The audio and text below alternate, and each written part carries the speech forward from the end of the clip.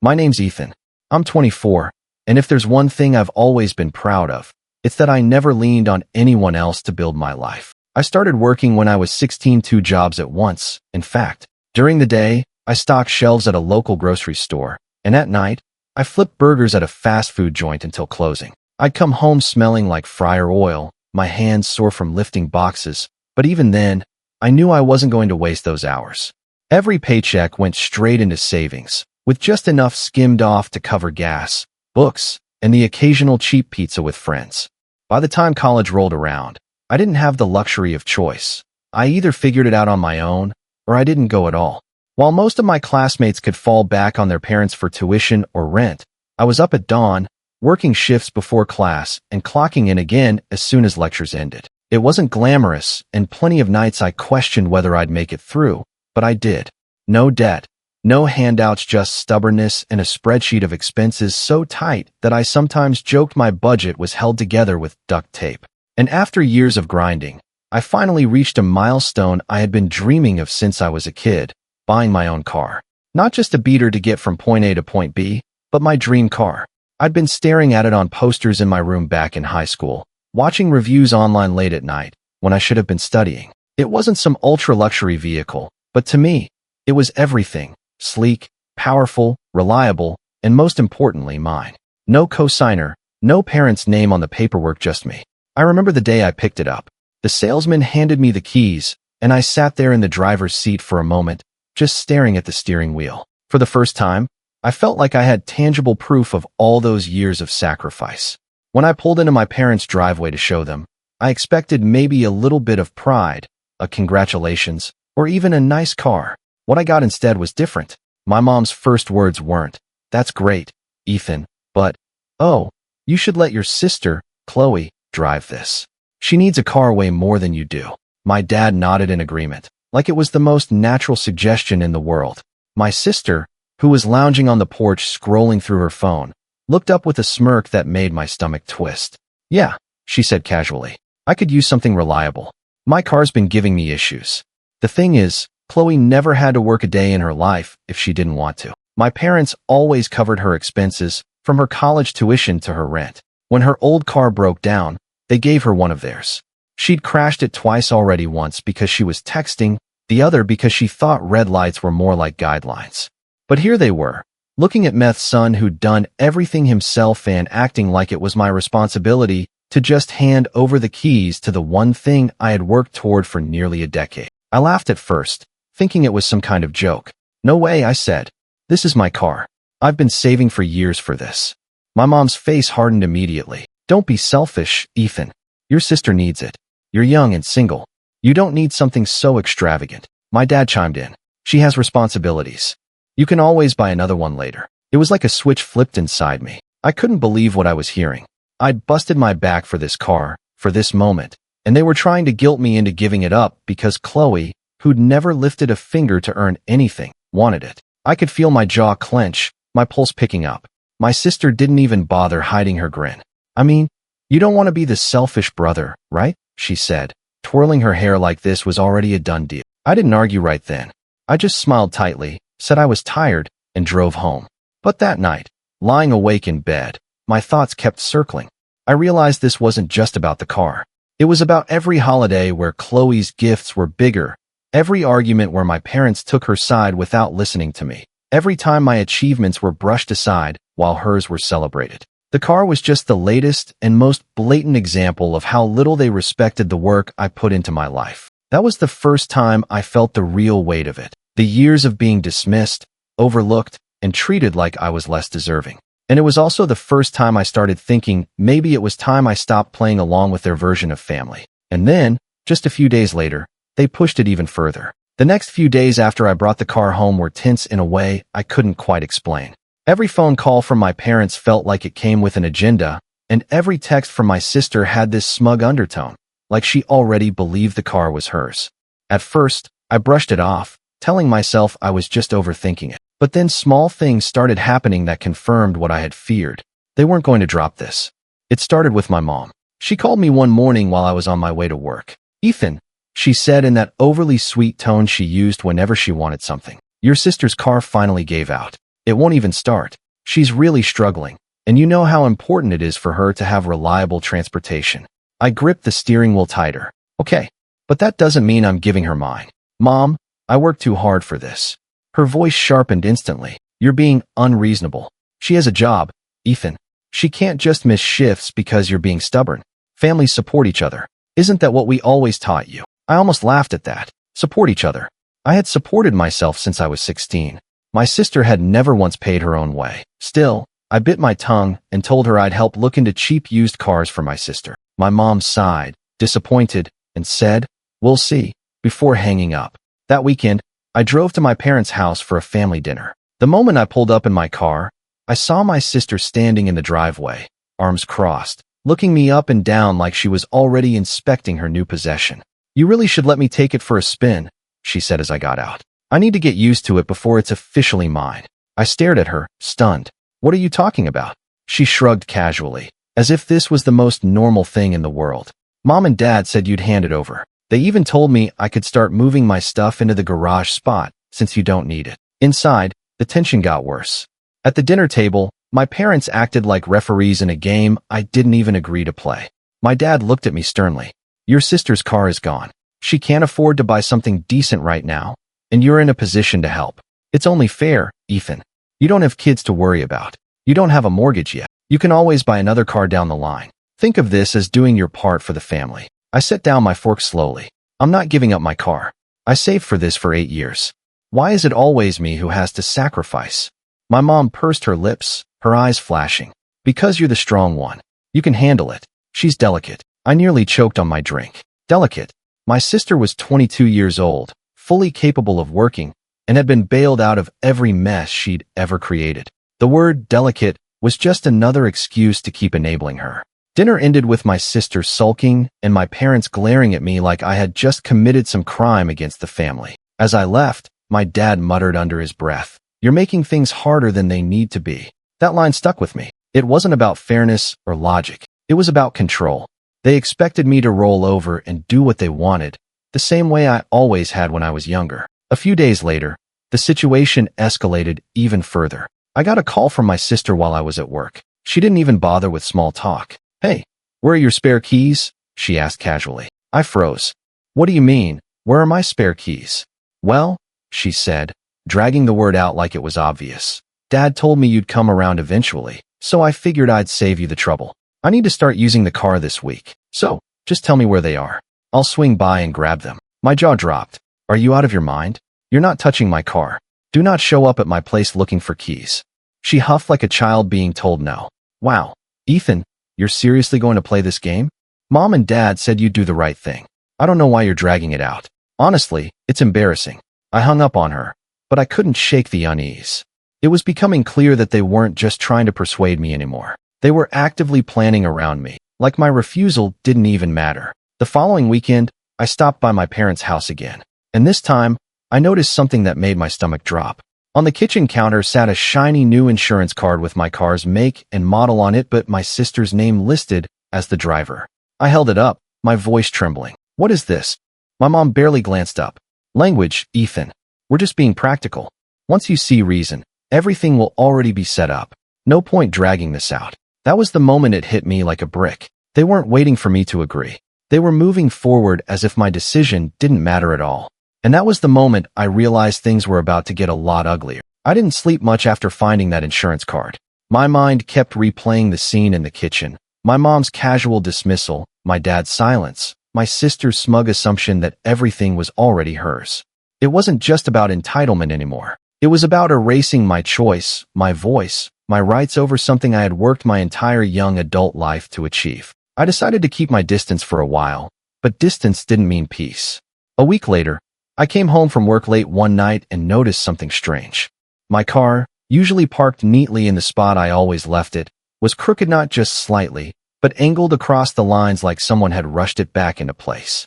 My chest tightened as I walked closer. I immediately spotted faint scratches along the side panel, ones that definitely hadn't been there the day before. I pulled out my phone light and scanned the car. The scratches weren't catastrophic, but they were noticeable. Long scuffs across the paint. And then I saw it. The seat inside was adjusted all the way forward. I never drove with it like that.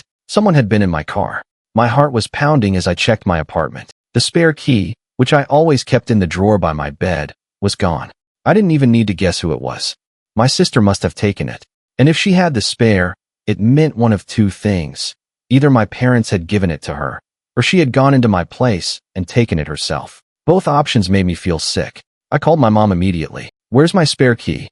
I demanded. She hesitated just long enough to confirm what I already knew. "Oh, Ethan, don't get so worked up. Your sister just needed to borrow the car for a bit. It's not a big deal." I nearly dropped the phone. "Not a big deal. You let her steal my car." "Don't be dramatic," she said with a sigh. "You weren't using it at the time, and she had somewhere important to be. Honestly, I don't know why you're making this into such a crisis." Families share. I wanted to scream. I wanted to tell her families don't take without asking. Families don't scratch up what doesn't belong to them. Families don't dismiss the years of blood and sweat that went into a dream. But all I could do was stand there shaking, gripping the phone so tightly my knuckles turned white. When I asked my dad about it later, his response was even worse. He didn't deny it. He didn't even look ashamed. He just said, "You need to stop being selfish. Your sister has responsibilities. You're just one person. You can manage without it for a while. This is about balance." Balance. That word cut deeper than I expected. Where was the balance when I was 16, dragging myself through 2 jobs while my sister went out with friends? Where was the balance when I had to scrape together rent while they paid hers in full? Where was the balance when my achievements were shrugged off, but my sister's every small victory was paraded around like she had climbed Everest? The final straw came a few days later. I went out to my car on a Saturday morning, planning to take it for a long drive, something I often did just to clear my head.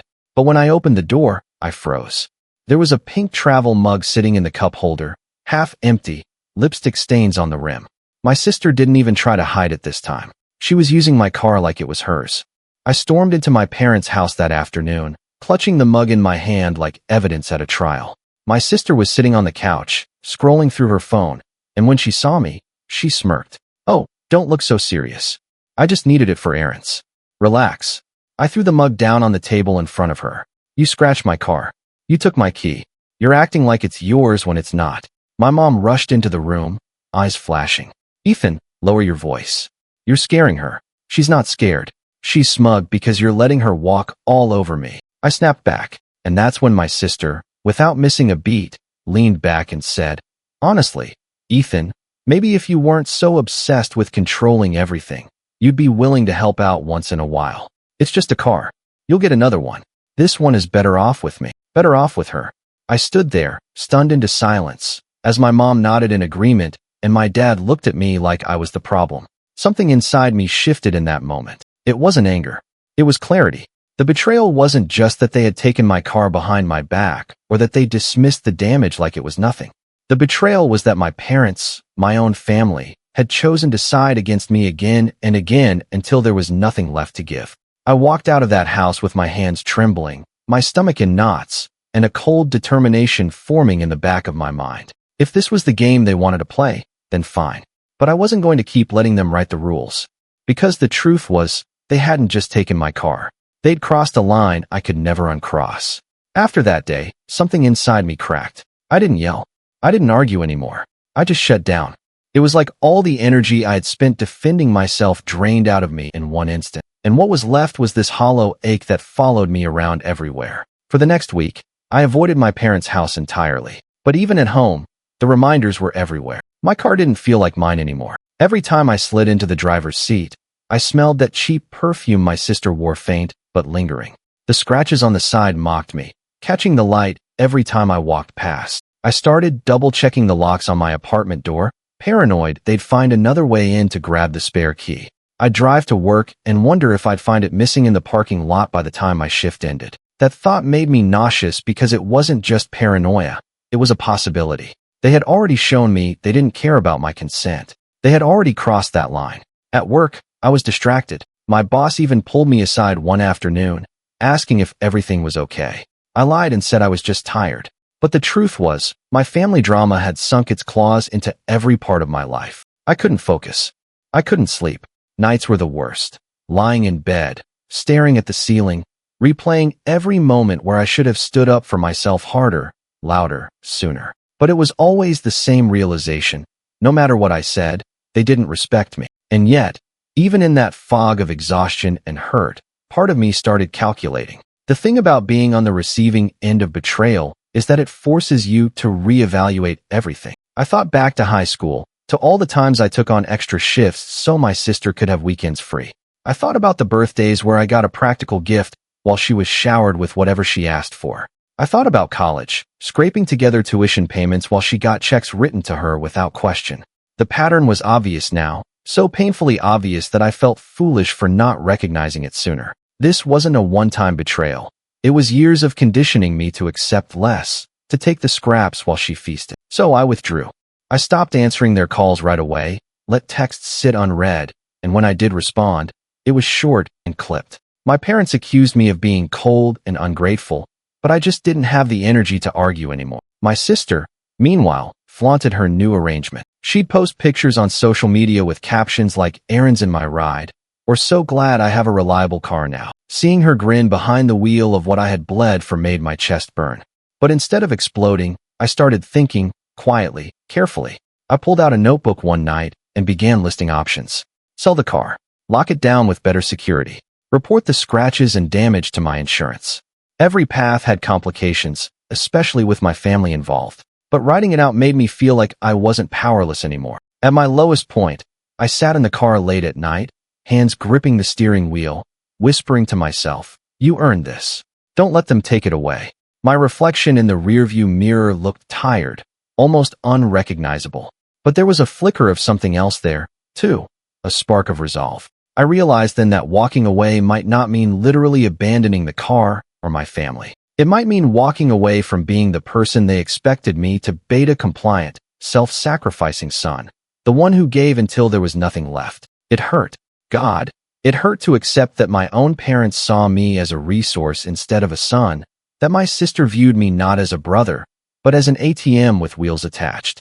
But pain has a way of sharpening you if you let it. And slowly, out of that low point, I started sketching out the shape of something else.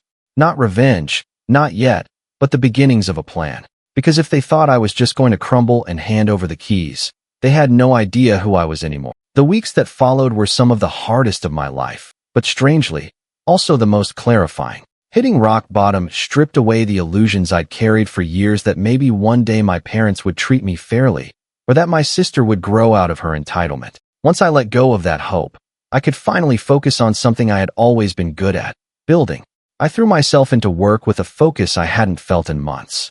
My manager noticed right away.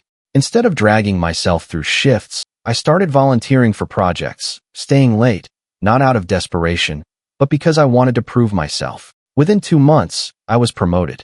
The extra pay was nice, but the bigger reward was the feeling that I was carving out something solid, something that couldn't be taken away with guilt trips and manipulation. Outside of work, I picked up freelance gigs, small at first, then bigger.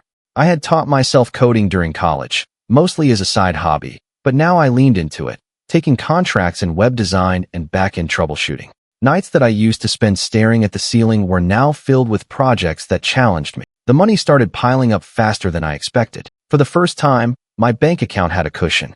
Not just enough to survive, but enough to breathe. And the car, my car, was still mine.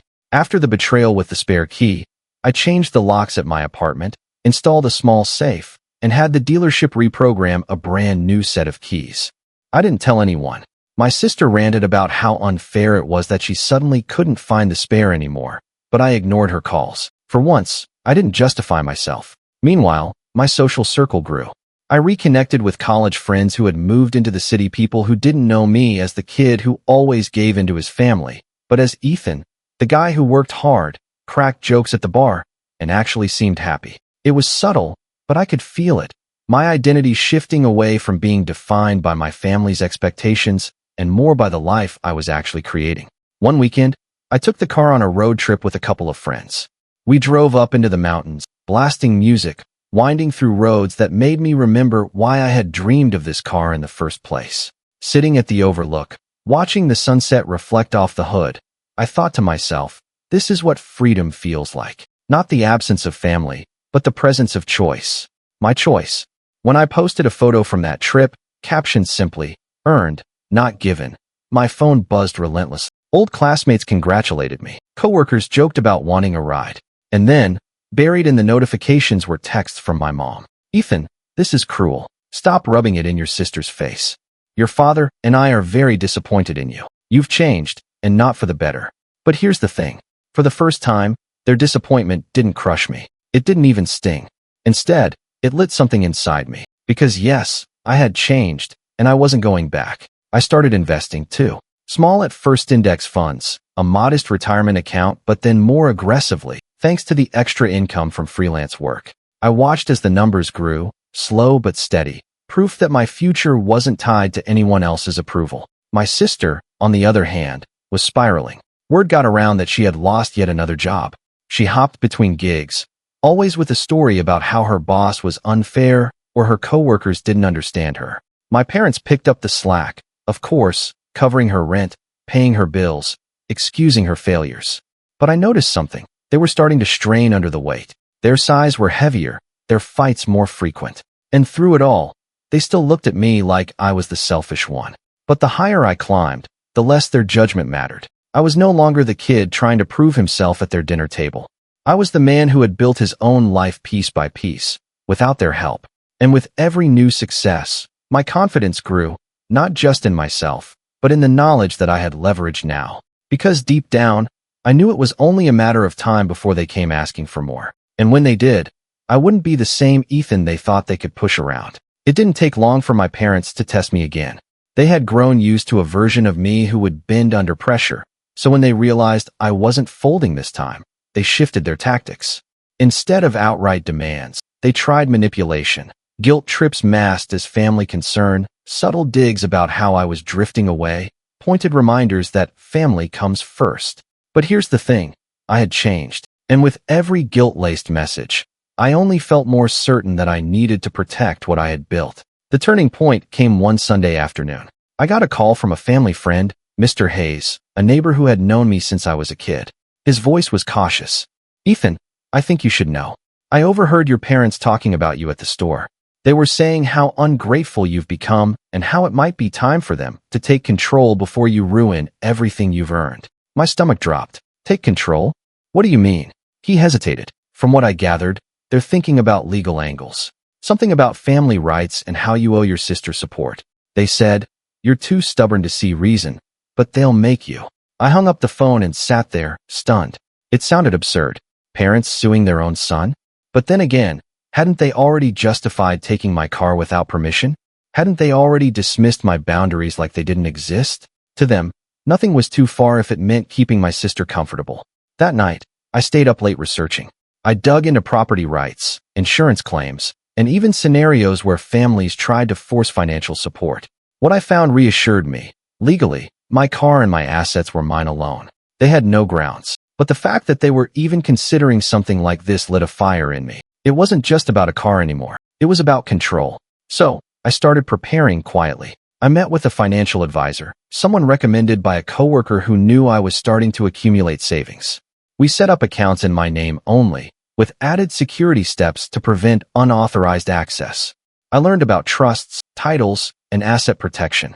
For the first time, I wasn't just saving money. I was safeguarding it. At the same time, my career was picking up.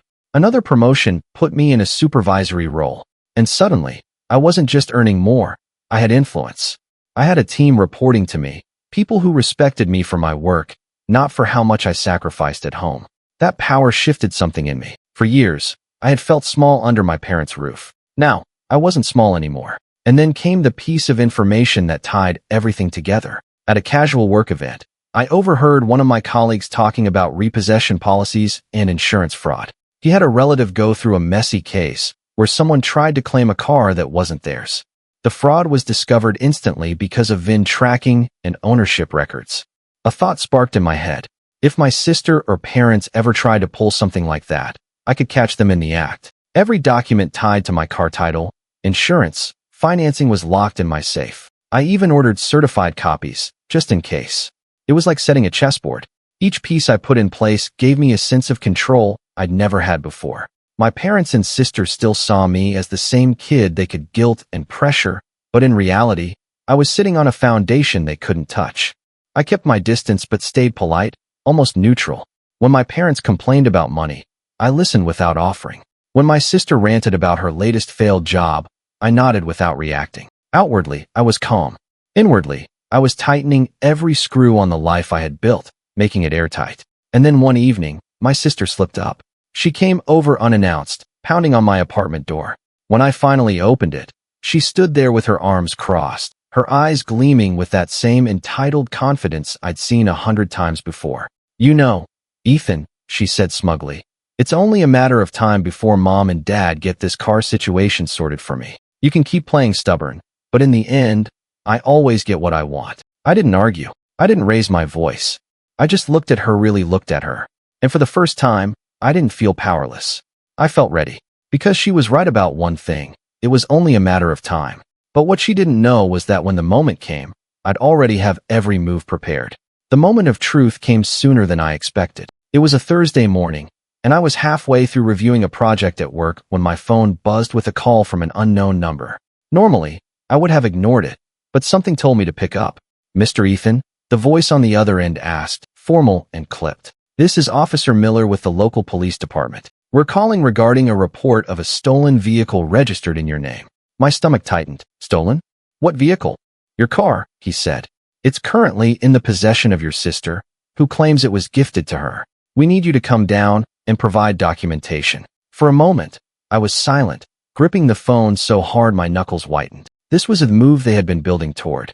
I could almost see my parents behind it, whispering in her ear, telling her she had a right to what was mine. But instead of panic, a strange calm washed over me. They had overplayed their hand. "Yes, officer," I said steadily. "I'll bring everything you need." That evening, I walked into the station carrying a folder so thick it could have been a college thesis. Title, registration, insurance papers, certified copies. Even the loan paperwork showing every payment had come directly from my account. The officer raised his brows as he flipped through. "Well," he said, "this makes it pretty clear. Your sister doesn't have a leg to stand on." When I asked what would happen next, he explained they'd be contacting her about filing a false report, which could carry real consequences. The next day, I drove to my parents' house. My sister's car, well, technically my car was parked out front, tilted at an odd angle like she had rushed home. I pulled into the driveway and walked in without knocking. The living room was tense, everyone waiting. My mom started first, her tone sharp. "Ethan, this is ridiculous. You embarrassed your sister with that police stunt. We told them it was just a misunderstanding." I held up the folder. "A misunderstanding?" "She reported my car as stolen. That's a crime." My sister rolled her eyes. "You're blowing this out of proportion. Mom and Dad said you'd come around, but you're dragging everyone through drama. Honestly, Ethan, why can't you just do the right thing for once?" That was the moment I'd been waiting for. Calmly, I set the folder on the table, opened it, and spread the documents like cards in a game of poker. "This is the title me name. This is the insurance semi name. Every payment mine. I've got certified copies in a safe deposit box. You want to keep playing this game? Go ahead. But every move you make only digs you in deeper." For the first time, my dad looked rattled. "Ethan, you don't have to be so harsh." "No," I cut him off. "I do. Because this isn't just about a car. It's about years of being treated like I don't matter. Like my hard work is less important than her comfort. You want to call me selfish? Fine. But I will not let you steal from me." The silence that followed was thick. My mom's face was pale. My dad stared at the documents like they might rewrite themselves. And my sister's smug expression had finally cracked. She opened her mouth, but no sound came out. I picked up the keys from the coffee table. They must have taken them from my jacket at some point and pocketed them. Then I walked to the door. "This ends now," I said quietly. "Don't test me again." When I drove away, my hands were steady on the wheel. For the first time in years, I wasn't just reacting to their manipulation. I had turned the tables. And deep down, I knew this was only the beginning of the fallout. The fallout came faster than even I expected. 2 days after the confrontation, my sister called me in a panic. Her voice was shaking. "Ethan, they said I could get charged. Mom said you'd fix it. You have to fix it." I leaned back in my chair, the weight of her words sinking in. She wasn't worried about me, about the trust she had shattered, about the car she'd tried to steal. She was worried about herself, about facing real consequences for the first time in her life. "I'm not fixing anything," I said calmly. "You made your choices. Now you live with them." She started crying, loud and messy, The kind of crying she had used all her life to get our parents to swoop in and shield her. But I didn't budge. If you thought you could lie, steal, and drag me into legal trouble without fallout, you were wrong, I told her before hanging up. That evening, my parents showed up at my apartment unannounced. My dad's jaw was tight, my mom's eyes puffy from crying. "Ethan," my mom started, "you can't let this happen. She's your sister. Family doesn't do this to each other." I looked at them both and felt a strange sense of clarity. "Exactly," I said. "Family doesn't do this to each other. But you did. She did. And now you want me to erase it like it never happened." They both tried talking over each other, excuses, justifications, desperate pleas. But I didn't waver. I showed them the door and told them plainly, "You raised her to believe she could take whatever she wanted. Now she's learning that's not true. If you want to protect her from consequences, that's on you. But I'm done sacrificing myself for her mistakes." The days that followed were strangely quiet. My parents stopped calling as much. My sister went silent online, her endless selfies behind the wheel replaced by a void. Through a mutual friend, I heard she had taken a deal, community service and probation for filing a false report. It wasn't jail, but it was enough to leave a mark on her record, enough to remind her she wasn't untouchable. As for me, my life kept moving forward. I kept working, kept saving, kept building. I even traded up eventually, buying a new car, not because I had to, but because I wanted to. And this time, when I slid behind the wheel, I didn't feel fear that someone might take it from me. I felt peace. Months later, I drove past my parents' house. My sister's beat-up old car was back in the driveway, patched together with duct tape and denial. My parents sat on the porch, tired and distant, looking smaller than I remembered. I didn't stop. I didn't need to. Because the truth was, I had already stopped playing their game. And for the first time in my life, I wasn't the one left behind. I was free.